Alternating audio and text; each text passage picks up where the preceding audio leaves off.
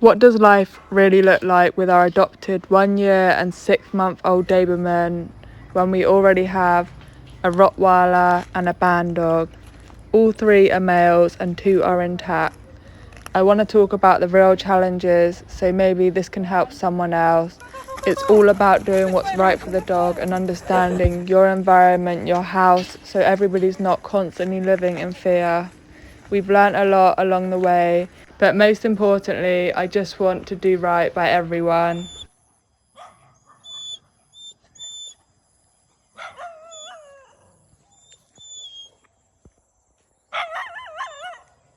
I know, let's go. Come. Good boy, Ryder. Good boy, Michael. Good boy, Brycey Bear. Okay, so I just wanted to give an update on exactly what's going on, and I guess because of I'm kind of at the point now whether I'm not sure if this is going to be the right fit for all of us long term. At the minute it's just me, Bryson, Rilo and Maiko, and when things feel like they're going really well, suddenly there'll be certain things and you're just constantly on alert.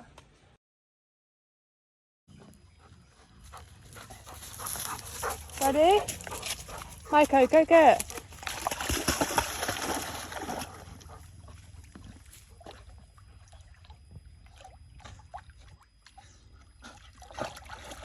Giving my dogs different fruits to try. So we've got banana, watermelon, pineapple and apple.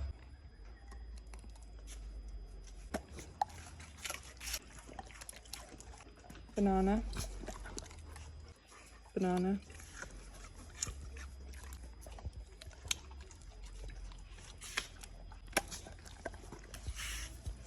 Pineapple.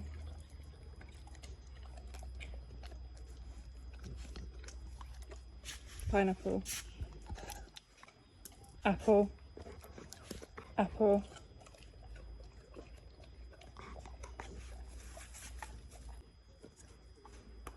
Maiko.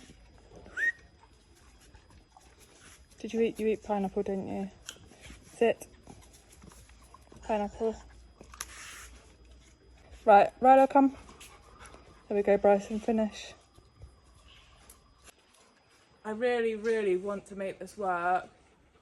I'm literally giving it everything I've got. I'm making sure that he's got good food, getting plenty of exercise, doing training with him, just anything that I can think of, taking him to the vets, making sure that he's healthy.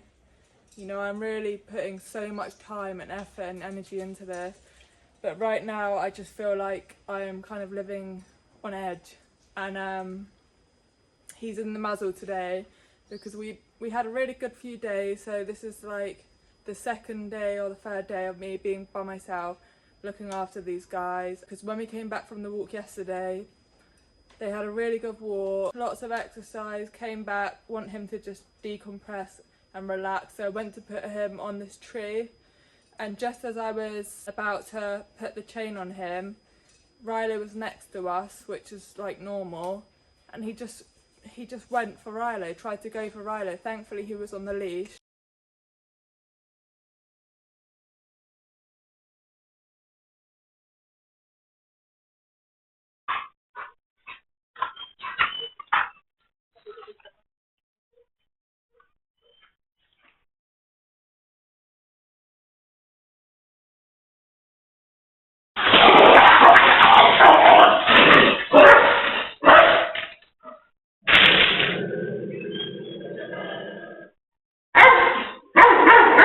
So I managed to pull him off of Rilo, but I was just so confused. Like, to me it looked like psychotic.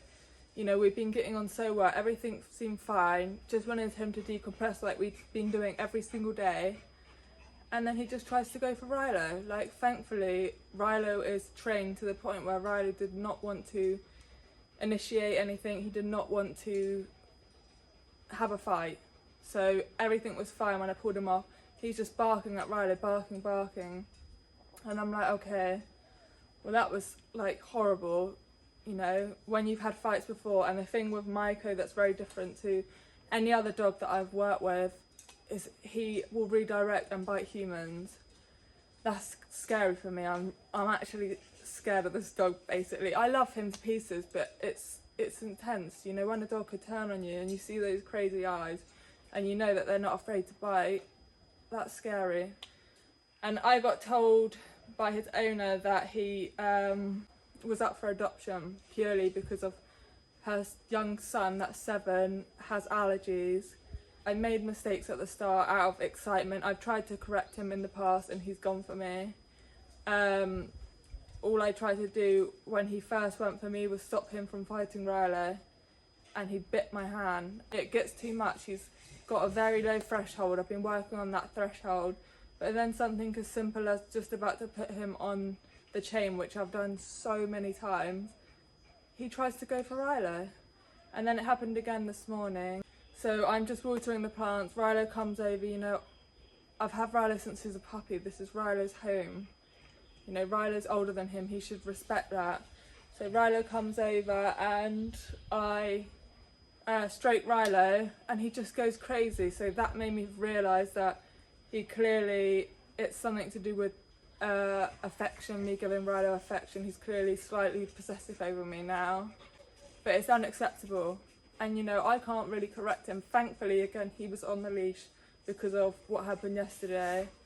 But you know, now he's in the muzzle, I'm on edge, I'm on alert, and you know, trying to fix this behaviour. He's an amazing dog though, like working with him, training with him, it's amazing, but will this dynamic suit all of us? Most people think that you should just hold on with a dog or just keep going, consist, and you can make it work, but training sometimes isn't the answer. And you know, you got to think about everyone that's involved in doing the best by that dog.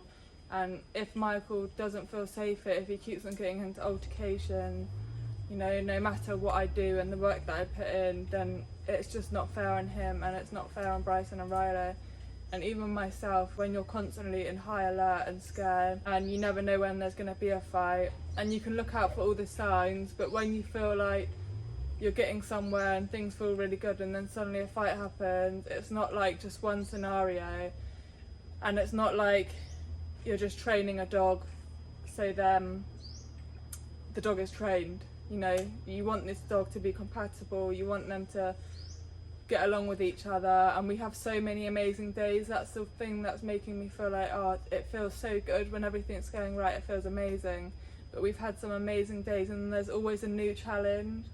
So like, obviously this is new to me. I've never adopted a dog before. This is my first time, and I knew it was going to be challenging. I've got Riley, who's an intact male, and then Michael's an intact male, but we done a lot beforehand. We met Michael beforehand, we spent time with the owner came here, and you know, there was lots of people that was interested, but the owner thought that we would be a good fit. It's a really hard one because of I can provide him with everything that he needs, but the most important thing is a safe house. And if he doesn't feel safe here and Bryson and Riley don't feel safe here, there's nothing I can do.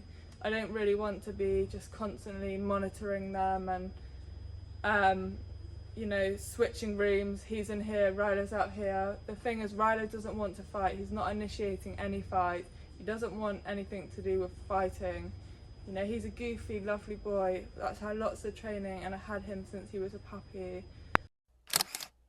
We were working with this dog and he went for Riley, and I had no fear. We tried to get him off with a brush, and I just charged in. I grabbed this dog by the scruff of its neck and put him on the floor during this fight, which is obviously crazy and very reckless. But you know, even just correcting him, I feel he's threatening. The way he looks at you, knowing that he's going to bite you, and putting him in an environment where he might fail, and he's got lots of triggers that he has to deal with day in, day out. And just when you think things are going well, suddenly they're not. And I don't know if that's something that can be worked on and trained out. You know, if he doesn't feel safe, if he doesn't feel threatened. But living in a high stress environment isn't good for any of us. It's not good for Bryson and Rollo, and it's not good for me, which of course means it's not good for Micah. So long term, I really need to put my feelings aside. I love Maiko. I think he's an incredible dog, and in the right hands he could make somebody so happy, and Maiko could be so much more happy. The owner was so impressed when she seen how I handled him the first time I met him, and then when he met Bryson and Rilo, it didn't take me long. But Bryson and Rilo have had bad experiences, but I didn't over baby them after they got attacked. We just move forwards with it and we carry on and we just keep on working. You know, shit happens. But for him, I just think he's been over babied. I think he's been over loved and just treated like a human, and now he thinks he doesn't know how to respect humans. He just it's a really hard one, and I'm giving it all I've got, but unless anybody's got some tips, or I don't really know it. It does feel stupid, I'm not gonna lie. I feel stupid, I feel reckless. I really wanted this to work. You can definitely say I was naive, but I feel like I thought I really could provide the right lifestyle, the good food, good care, meeting their needs, lots of exercise. You know, they'll have each other, but maybe I can't. I don't know. I just don't want anyone to get hurt again. And when things feel good, it just suddenly can snap like that, and I don't know how long I want to, you know, drag it out. I don't want to make things worse than they need to be if this isn't going to work long term. Do you know what I'm saying? I don't want him to be living in fear.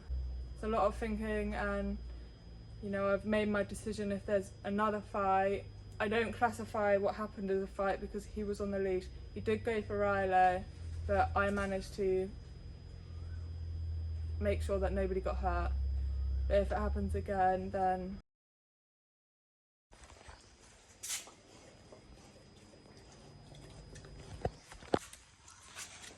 you okay?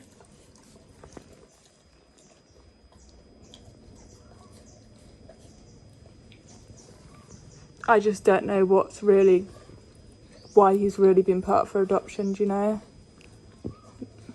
Apparently this is quite common with Dobermans. It's like a stress response. But yeah, this is him, look, that's Bryson. That's Rilo. He's gone to the vets, we took him to the vets, given him a health check, the blood works, got his hips x-rayed, and everything seems okay. He's got this on his elbow though, so, you know, if we do keep him and everything goes well, we're going to get this operated on.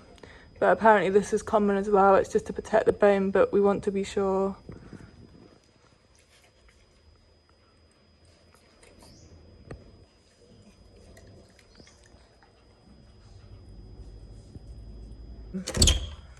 But I took the muzzle off and he was fine after that. It's nice and cool in here.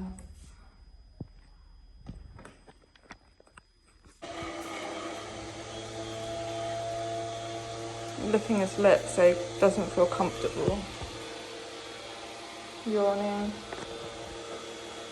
I'm going to take this off you, okay?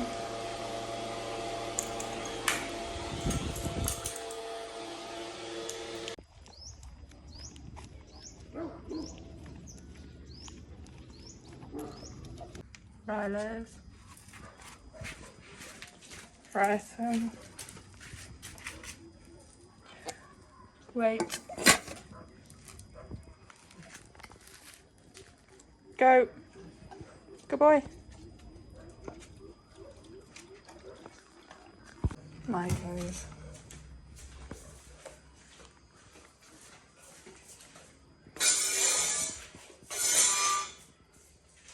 Down.